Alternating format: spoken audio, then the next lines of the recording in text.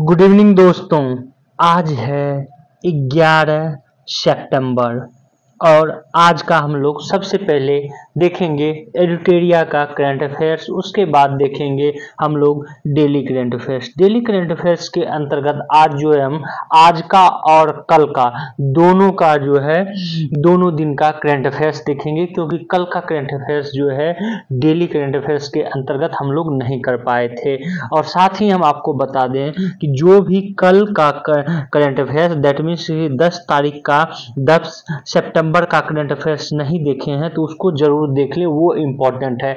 आज जो है आज का करंट अफेयर्स में जो भारत वन स्थिति रिपोर्ट है वो ज़्यादा इम्पोर्टेंट है, उससे एक प्रश्न आपको किसी न किसी एग्जाम में रहेगा ही रहेगा। आज एडिटोरिया का जो है कम प्रश्न करेंगे, क्योंकि जो है कल पूरा का पूरा एनवायरमेंट टू द पॉइंट एक पार्ट है एडिटोरिया के अंतर्गत, उसको जो है पूरा कर लेंगे, इसलिए आज हमने कम किया है। तो कल वाला करंट अफेयर्स भी जो है वो दैट मीन्स 12 सितंबर वाला भी वो बहुत ज़्यादा इम्पोर्टेंट होगा, तो उसको भी ध्यान से आप लोग देखेंगे। चलिए हम लोग स्टार्ट करते हैं। आज का एडिटोरिया का करंट अफेयर्स के अंतर्गत पहला करंट अफेयर पहला चैप्टर जो हम देखेंगे ये है 2023-24 में विभिन्न उत्पादों को प्राप्त जीआई टैग। यहाँ पर हम आपको ये भी बताते चलें कि आप जिस स्टेट का एग्जाम देने जाएं वहाँ का जीआई टैग जो है जरूर ध्यान में रखेंगे,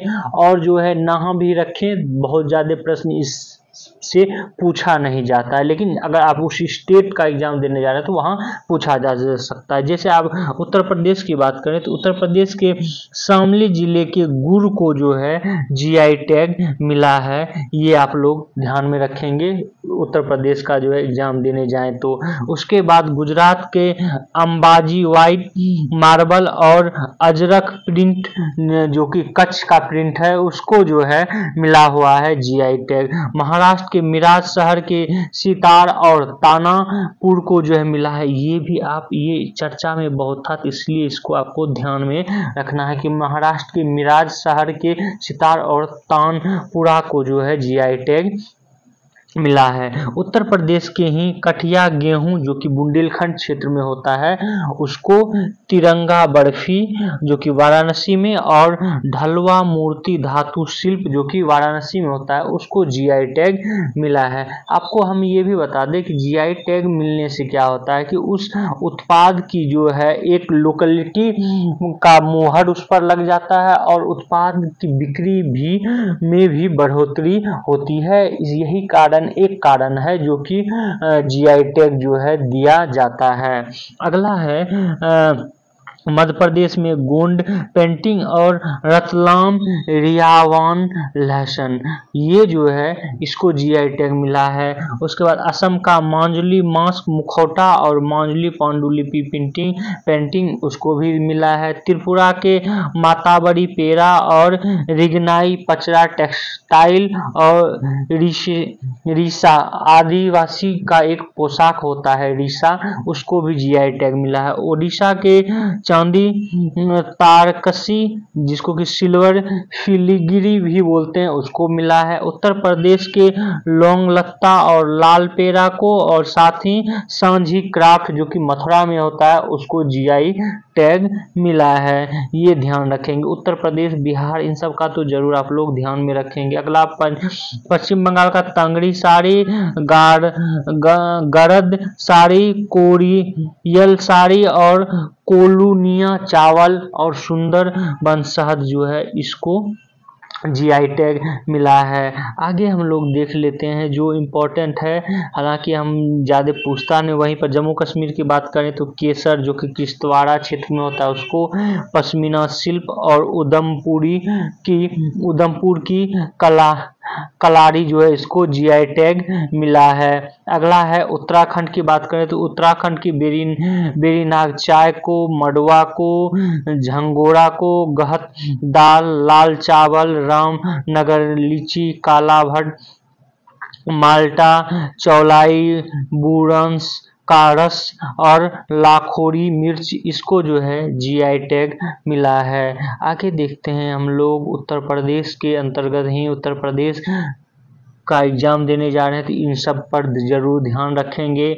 ये है अमरोहा ढोलक, जलेसर धातु शिल्प, उसके बाद आप देखेंगे Mainpuri tarkashi, Sambhal horn craft, Baghpat home furnishing, Barabanki handloom product और महोबा गौड़ा पत्थर हस्तशिल्प, ये इम्पोर्टेंट है। उसके बाद बनारसी पान को भी जो है जीआई टैग मिल चुका है।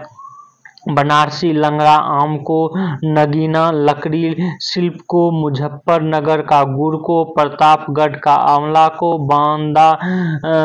बांदा में जो है सजर पत्थर क्राफ्ट को, और रामनगर भंटा बैगन जो होता है उसको, हाथरस हींग को, आदम चीनी चावल को, और अलीगढ़ का ताला और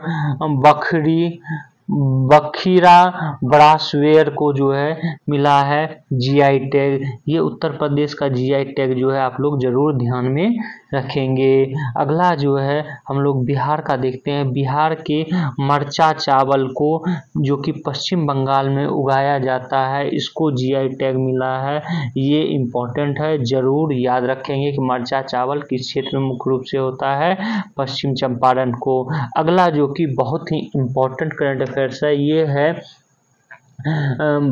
17वीं भारत वन स्थिति रिपोर्ट 2021। इससे प्रश्न पूछा ही जाता है बार बार, तो आप लोग इसको अच्छे से करेंगे। भारत वन स्थिति रिपोर्ट भारत सरकार के पर्यावरण, वन और जलवायु परिवर्तन मंत्रालय के तहत भारतीय वन सर्वेक्षण द्वारा प्रति 2 वर्ष पर प्रकाशित किया जाता है। तो किसके द्वारा किया जाता है ये भारतीय वन स्थिति रिपोर्ट? पर्यावरण, वन और जलवायु परिवर्तन मंत्रालय, ये आप लोग याद रख लेंगे। उसके बाद जो ये प्रति 2 वर्ष पे प्रकाशित किया जाता है। सर्वप्रथम यह 1987 में प्रकाशित किया गया था। और ISFR जो है, जो कि भारत वन स्थिति रिपोर्ट 2021 रिपोर्ट की श्रृंखला की ये 17वीं रिपोर्ट है, जिसे दूर संवेदी उपग्रह रिसोट 2 से जो है आंकड़ा लिया गया है। और इस बार ये पहली बार था 2021 में जो कि दूर संवेदी उपग्रह रिसोट 2 से जो है ये आंकड़ा लिया, जो कि एक ऑथेंटिसिटी को बताता है। तो ये जो है वन स्थिति 2021 की वो ऑथेंटिक भी रहा है। और इसे जो जारी करने का ध्येय था, ये था कि राष्ट्रीय वन नीति 1988 जो है पारित किया गया था, और उसका लक्ष्य रखा गया था कि भारत का जितना कुल भूभाग है उस भूभाग का 33% पे वन क्षेत्र होगा। इसी के तहत जो है ये वनों की जो है स्थिति रिपोर्ट जारी की जाने लगी। यहाँ पर एक आपको इम्पोर्टेंट तथ्य बता दें जो कि यूपीपीसीएस में पूछा गया है, भारत वन नीति कब लाई गई थी, ये प्रश्न पूछा गया था। तो 1988 में लाई गई थी। संभावना है कि अब निचला एग्जाम जितने भी एसएससी लेवल के उसमें पूछ ले, तो आपको याद रखना है कि राष्ट्रीय वन नीति जो है 1988 में लाई गई थी। अब आते हैं भारत वन आवरण के बारे में बातें करते हैं। आप यहाँ पर 2 तथ्य याद रखेंगे, एक वन आवरण होता है, एक वृक्षा आवरण होता है। वन आवरण जो कि प्राकृतिक रूप से होता है, जबकि हम जब वृक्षा आवरण बोलते हैं तो जो मैन मेड होता है, आदमियों द्वारा लगाया जाता है, तो उसके बारे में बात होती है। तो पहले हम लोग बात करते हैं वन आवरण के बारे में। तो वन आवरण जो है भारत स्थिति रिपोर्ट 2021 के अनुसार भारत वन आवरण जो है ये 7,13,789 वर्ग किलोमीटर है, जो कि कुल भौगोलिक क्षेत्रफल का 21.71% है। ये डाटा जो है आपको याद रखना है, यही डाटा पूछा भी जाता है कि भारत का वन आवरण कितना है, तो 21.71% है। हालांकि संभावना ये भी है कि आपको ये वर्ग किलोमीटर पूछ ले, खास करके बिहार के एग्जामों में, लेकिन ज़्यादातर आपको ये डाटा पूछा जाएगा। और डाटा में आपको 21 तो दिया रहेगा, ये जो लास्ट का डिजिट है इसको भी चेंज कर देता है। तो आपको याद रखना है 21.71% जो है ये वन आवरण है, ध्यान रखेंगे आप लोग। वहीं 2019 की रिपोर्ट में भारत में वन आवरण की तुलना करें तो ये जो है 0.22% जो है बढ़ी है, मतलब वृद्धि हुई है। कितना टोटल वर्ग किलोमीटर का, तो 1540 वर्ग किलोमीटर की वृद्धि हुई है। ये भी आपको ध्यान में रखना है, लेकिन वो डाटा 21.71 वो याद कर लेना है। अब हम आते हैं वृक्षावरण की बात करते हैं। वृक्षावरण जो है इस रिपोर्ट के अनुसार भारत में कुल 95,748 वर्ग किलोमीटर जो है भौगोलिक क्षेत्र में वृक्षावरण है, और ये जो है कुल भौगोलिक क्षेत्र का 2.91% है। 2.91% ये आपको याद कर लेना है। 2019 की तुलना करें तो करीब 721 वर्ग किलोमीटर की वृद्धि हुई है। परसेंटेज में ये है 0.76% जो है इसकी वृद्धि हुई है। भारत में वन एवं वृक्षा आवरण का जो है आंकड़ा अगर देखें एक जगह, तो वनावरण जो है ये 21.71% है।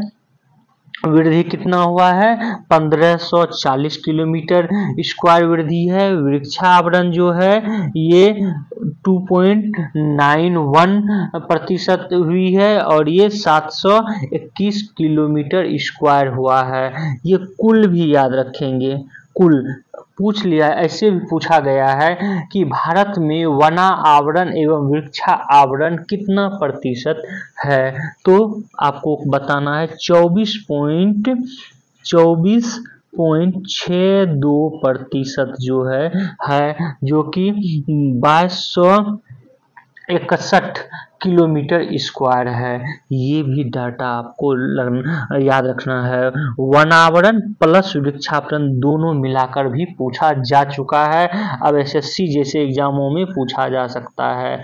अगला देखते हैं हम लोग स्टेट वाइज किस राज्य में क्या स्थिति है वन की। तो सबसे सर्वाधिक वन आवरण वाला जो राज्य है वो है मध्य प्रदेश पहले स्थान पे, दूसरे स्थान पे अरुणाचल प्रदेश, तीसरे स्थान पे छत्तीसगढ़। तो मध्य प्रदेश तो एकदम किसी भी कंडीशन में आप लोग याद कर लेंगे कि सबसे ज्यादा वन कहाँ पर है, मध्य प्रदेश में। वहीं पर सबसे कम वन आवरण की बात करें तो हरियाणा में जो है सबसे कम वन आवरण है, उसके बाद पंजाब और उसके बाद गोवा का स्थान आता है। वहीं सर्वाधिक वन आवरण में वृद्धि करने वाला राज्य है, यहाँ वन आवरण में वृद्धि की बात हो रही है, तो वृद्धि में आंध्र प्रदेश पहले स्थान पर, तेलंगाना दूसरे और ओडिशा तीसरे। वहीं सर्वाधिक वन आवरण में नुकसान की बात करें तो सबसे ज्यादा नुकसान जो है ये अरुणाचल प्रदेश में हुआ है, उसके बाद मणिपुर, उसके बाद नागालैंड में। ये सब डाटा जो है आप लोग जरूर ध्यान में रखेंगे, ये पूछ लिया जाता है। अब आते हैं हम लोग वन आवरण की प्रतिशतता के बारे में। ये तो था ओवरऑल क्षेत्रफल के अनुसार मध्य प्रदेश जो है सबसे ज्यादा है, लेकिन अगर प्रतिशत की बात करें तो सबसे ज्यादा वन आवरण प्रतिशत वाला राज्य जो है वो मिजोरम है, उसके बाद अरुणाचल प्रदेश, उसके बाद मेघालय है, उसके बाद सर्वाधिक वन आवरण प्रतिशतता वाला केंद्र शासित प्रदेश के अंतर्गत लक्षद्वीप है और अंडमान निकोबार है। यहाँ पर हम आपको ये भी बता दें कि जो खुले वन और घने वन में जो है इसको भी डिवाइड किया गया है वनों को, खुले वन और घने वन। बहुत घने वन जो है ये अरुणाचल प्रदेश में मिलता है, जबकि मध्यम घने वन ये मध्य प्रदेश में मिलता है, और खुले वन जो है ये मध्य प्रदेश में मिलता है। ये हालांकि पूछा नहीं गया है, लेकिन ध्यान में आप लोग रखेंगे। उसके बाद हम आपको यहाँ पर ये भी बता दें कि बाघ अभ्यारण्य को लेकर जो है कुल वन क्षेत्र का 7.8% है बाघ अभ्यारण्य के रूप में। तो अगर टाइगर रिजर्व की कुल क्षेत्रफल की बात करें तो ये जो है प्रतिशतता के रूप में 74.51% है। देश में बाघ अभ्यारण्य ये ज़्यादा इम्पोर्टेंट नहीं है। चलिए आगे देखते हैं। क्षेत्रफल के अनुसार सबसे बड़ा वन क्षेत्र नागार्जुन श्रीशैल टाइगर रिजर्व आंध्र प्रदेश है, ये आपको जरूर ध्यान में रखना है। वहीं प्रतिशतता की बात करें तो पक्के टाइगर रिजर्व ये अरुणाचल प्रदेश में है। एक तो अलग से जो है आपको टाइगर रिजर्व के अंतर्गत ये पूछ लिया जाएगा कि पक्के टाइगर रिजर्व कहाँ है, अरुणाचल प्रदेश में। नागार्जुन सागर श्रीशैलम टाइगर रिजर्व कहाँ है, आंध्र प्रदेश में। एक तो ये पूछ लेगा, उसके बाद जो वन के नजरिए से भी पूछ लिया जा सकता है। आगे अब हम लोग देखते हैं मैंग्रोव वन क्षेत्र के बारे में। तो मैंग्रोव वन जो है देश के कुल मैंग्रोव कच्छ वन जो है जो कि 4,992 किलोमीटर स्क्वायर है, देश की कुल भौगोलिक क्षेत्रफल का 0.15% है और 2019 की तुलना में 17 किलोमीटर स्क्वायर की जो है वृद्धि हुई है मैंग्रोव वन क्षेत्र में। मैंग्रोव वन में जो है पहला स्थान पश्चिम बंगाल का, दूसरा गुजरात का, तीसरा अंडमान और निकोबार का जो है ये भी आप लोग जरूर ध्यान में रखेंगे। अगर जो है हम लोग अब देखते हैं रामसर कन्वेंशन, जो कि रामसर स्थल, यहाँ पर आपको बता दें कि रामसर कन्वेंशन के अंतर्गत रामसर स्थल को चुना गया है। तो रामसर कन्वेंशन एक्चुअल में है क्या, तो रामसर कन्वेंशन जो है ये आर्द्र भूमि, जिसको कि वेटलैंड भूमि कहते हैं, ठीक, दलदली भूमि के रूप में इसे समझिए। तो आर्द्र भूमि के संरक्षण के लिए जो है रामसर कन्वेंशन हुआ था 1971 में। ये ईरान का एक शहर है रामसर, वहीं पर ये सम्मेलन हुआ था, इसलिए इसको रामसर कन्वेंशन कहा जाता है। और ये जो है भारत रामसर कन्वेंशन पर हस्ताक्षर या शामिल हुआ 1982 में। ये भी डाटा जरूर याद रखेंगे, हालांकि पूछा नहीं गया है, ये पूछा गया है कि रामसर कन्वेंशन कब हुआ था 1971 में, लेकिन भारत कब इसमें जो है शामिल हुआ तो 1982 में पूछा जा सकता है, तो जरूर याद रखेंगे।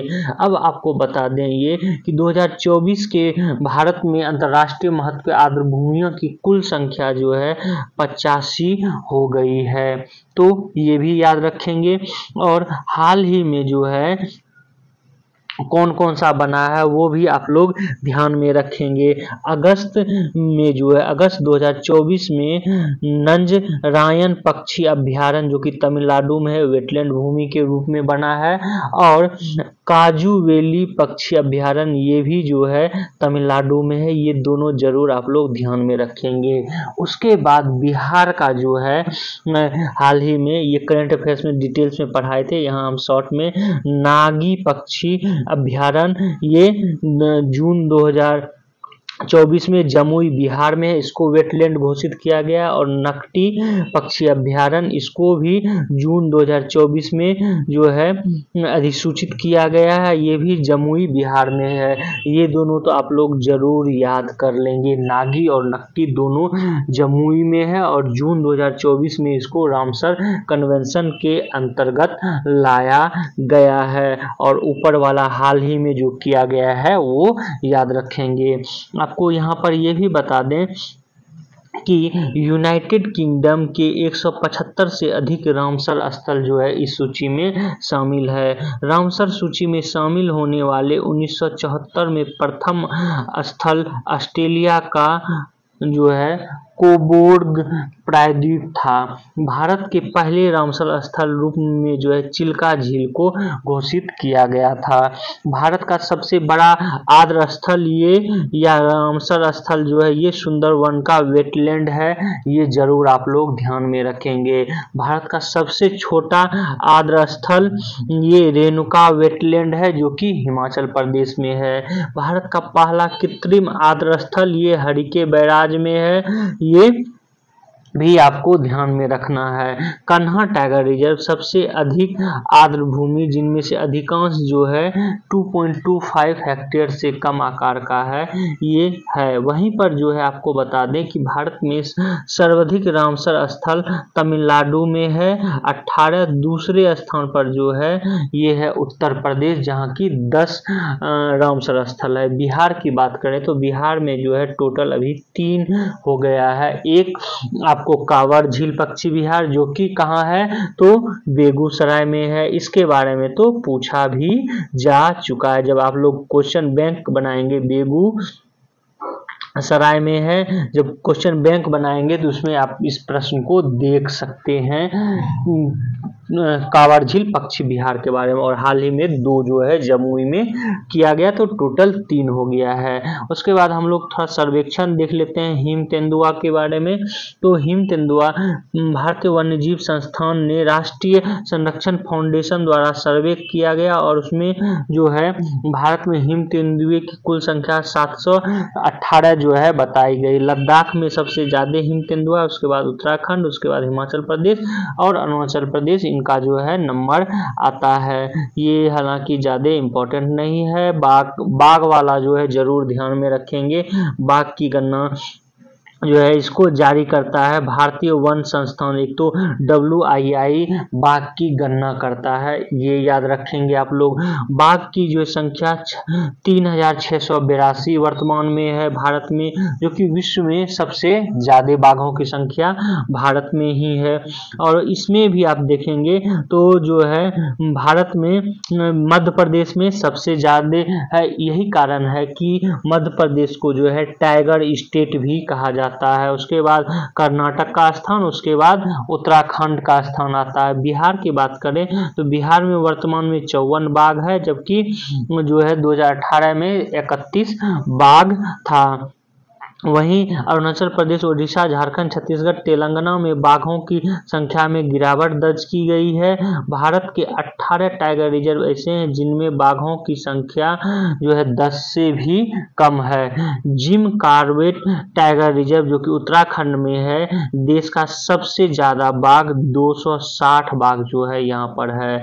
बिहार में बाघों की संख्या 2014 में 28, 18 में 31 और 22 में 54 हो गई। इस प्रकार जो है 8 वर्षों में बाघ जो है की संख्या 2 गुनी हो गई है। कहाँ, तो बिहार में। बिहार में एकमात्र टाइगर रिजर्व जो है ये वाल्मीकि नगर टाइगर रिजर्व है पश्चिम चंपारण में। ये भी प्रश्न पूछा जा चुका है। दूसरा टाइगर रिजर्व जो है ये कैमूर में बनाए जाने की जो है घोषणा सरकार द्वारा की जा रही है, तो ये भी आप लोग ध्यान में रखेंगे। अगला है तेंदुआ। हालांकि ये ज्यादा इंपॉर्टेंट नहीं है, बस इतना याद रखेंगे मध्य प्रदेश में तेंदुआ की संख्या सर्वाधिक है। उसके बाद महाराष्ट्र का जो है नाम आता है। आगे हम लोग करंट अफेयर्स के अंतर्गत देखते हैं डेली करंट अफेयर्स। उसके अंतर्गत पहला करंट अफेयर्स है, ये है सोवियत युद्ध के बाद रूस ने चीन के साथ जो है युद्ध अभ्यास, नौसैनिक युद्ध अभ्यास किया है। और इस नौसैनिक युद्ध अभ्यास जो है रूस और चीन के युद्धपोत ने किया है। और एशिया में मॉस्को को मात देने का प्रयास नहीं करे अमेरिका, ये जो है पुतिन ने ये कहा भी है। तो बस ये याद रखना है आपको कि इसमें करंट अफेयर्स में हाल ही में जो है रूस और चीन के बीच जो युद्ध अभ्यास हुआ है नौसैनिक, उस युद्ध अभ्यास का क्या नाम है, तो महासागर 2024 जो है। पुतिन ने कहा महासागर 2024 रणनीतिक अभ्यास और भूमध्य सागर से प्रशांत महासागर आयोजित किया जाएगा। तो ये बस याद रखना है कि महासागर 2024 युद्ध अभ्यास किन किन देशों के बीच हुआ है। ये करंट अफेयर्स। अगला करंट अफेयर्स देखते हैं, ये है आपको US ओपन से संबंधित। US ओपन में जो है दुनिया के नंबर 1 टेनिस खिलाड़ी इटली के यानिक सिनर ने अमेरिका के टेलर फ्रेज को 6-3, 6-4, 7-15 से हराकर US ओपन जो है ये जीत लिया है। तो किसने जीता? इटली के यानिक सिनर ने जीता है। ये आप लोग जरूर याद रखेंगे कि न्यूयॉर्क में US ओपन टेनिस खेल जो है इटली के सिनर ने, इनका नाम क्या है, यानिक सिनर ने जो है इसको जीत लिया। इससे पहले जो है हम आपको महिला जो ओपन जीती हैं उनके बारे में भी हम बता चुके हैं। बस इतना ही करेंगे, रखेंगे याद, तो आपका करंट अफेयर्स बन जाएगा। यही पूछा ही जाता। अगला जो है करंट अफेयर्स है, ये है बीकानेर में भारत और अमेरिकी सेना का जो है युद्ध अभ्यास ये शुरू हो चुका है। तो इस युद्ध अभ्यास के बारे में आपको बता दें, बीकानेर ये पड़ता कहाँ पे है, तो राजस्थान में, और राजस्थान के महाजन फील्ड फायरिंग रेंज में जो है ये युद्ध अभ्यास होगा, ये भी आपको याद रखना है। यहाँ पर आपको ये भी बता दें कि जो युद्ध अभ्यास तरंग शक्ति होता है, इसमें भी जो है अमेरिकी सेना ने भाग लिया था। तो आपको यहाँ पर ये याद रखना है, अभी हाल ही में बीकानेर के महाजन फील्ड एयर रेंज में जो है भारत और किसके साथ युद्ध अभ्यास हुआ था, तो आपको याद रखना है यूएसए के साथ जो है हुआ था। बस इतना भी याद रखेंगे तो आपका करंट अफेयर्स ये बन जाएगा। यहाँ पर एक इम्पॉर्टेंट तथ्य कि आपको तरंग शक्ति युद्ध अभ्यास जरूर याद रखना है, क्योंकि ये जो है एक वायुसेना युद्ध अभ्यास था, और जो है यहाँ पर आपको बता दें तरंग शक्ति युद्ध अभ्यास ये बड़े लेवल का जो है विभिन्न देशों ने इसमें भाग लिया था। अच्छा, ये भी बता दें कि अभी जो अमेरिका और भारत के बीच युद्ध अभ्यास हो रहा है, इसका नाम ही है युद्ध अभ्यास। ये भी याद रखें कि युद्ध अभ्यास जो है सैन्य अभ्यास ये किन किन भारत और अमेरिका के बीच होता है। अगला करंट अफेयर्स देखते हैं। अगला करंट अफेयर्स है, ये है वैश्विक सहकारिता सम्मेलन की पहली बार जो मेजबानी करेगा भारत। भारत में पहली बार अंतर्राष्ट्रीय सहकारिता गठबंधन के सम्मेलन एवं महासभा का आयोजन जो है किया जा रहा है। यह दिल्ली के भारत मंडपम में 25 से 30 नवंबर के बीच जो है आयोजित होगा, और यह वैश्विक स्तर पर सहकारिता के शीर्ष संगठन जिसमें 130 वर्ष के इतिहास में भारत पहली बार इसका जो है मेजबानी करेगा, और विभिन्न देश जो है यहाँ पर आएगा भारत मंडपम में। आपको याद रखना कि वैश्विक सहकारिता सम्मेलन का आयोजन कहाँ हो रहा है, भारत में। भारत के किस जगह पर, नई दिल्ली में। ये इम्पोर्टेंट है, पहली बार हो रहा है 130 साल के बाद, तो और ज़्यादा इम्पोर्टेंट करंट अफेयर्स हो जाता है। तो आज यहीं तक करंट अफेयर्स था। आप लोग हमारे इस वीडियो को शेयर करें, सब्सक्राइब करें और बेल आइकन को जरूर दबा लें। Thank you for watching this.